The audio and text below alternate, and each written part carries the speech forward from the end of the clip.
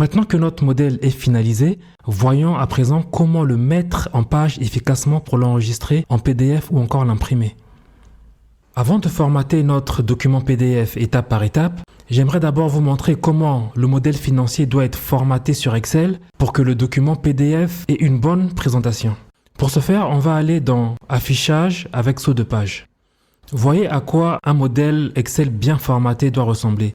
Les pages doivent apparaître avec des bordures continues tout autour, telles qu'ici à l'écran. Vous voyez qu'on a toutes les pages du modèle avec des lignes continues tout autour. Ce qu'on ne veut pas, c'est avoir des lignes en pointillés. Parce que lorsque vous avez des lignes en pointillés, cela veut dire qu'il y a des sections du modèle qui ne sont pas incluses dans la page. Donc vous aurez un document pas du tout bien structuré. Mais pour parvenir à contenir les informations que vous voulez sur une page, vous devrez absolument respecter quelques règles.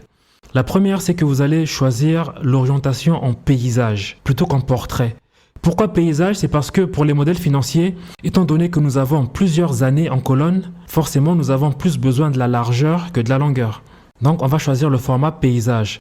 Autre chose à respecter, c'est que pour les colonnes qui vont contenir les années, donc les années historiques et les années prévisionnelles, faites en sorte de ne pas dépasser la largeur de 12. Ok? Donc quand vous allez définir la largeur des colonnes qui contiennent les années, faites en sorte de ne pas dépasser 12.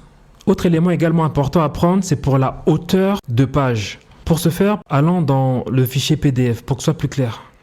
Voilà, j'ai ouvert le document PDF de notre modèle financier. Autre chose très importante à respecter, c'est que pour pouvoir par exemple intégrer le bilan que vous voyez à l'écran ici sur une seule page, le bilan dans votre modèle Excel ne devra pas contenir plus de 50 lignes. Okay? Parce que s'il y a plus de 50 lignes, ça sera très difficile pour vous de l'intégrer sur une seule page. Donc pour y parvenir, par moment, vous devrez supprimer des lignes ou sinon scinder des tableaux en deux. C'est de cette façon que j'ai procédé concernant les hypothèses. Regardez ici dans le fichier PDF. J'ai mis hypothèse opérationnelle partie 1 et ensuite j'ai mis hypothèse opérationnelle partie 2. C'est parce que la section contenant toutes les hypothèses du modèle comptait plus de 100 lignes et donc je ne pouvais pas l'inclure sur une seule page. Donc voilà, c'est ce que vous allez faire. Lorsque vous avez des sections de votre modèle financier Excel qui contiennent beaucoup trop de lignes, vous allez les restructurer, par exemple les scinder en deux, des fois même en trois, pour que ça puisse entrer dans une seule page.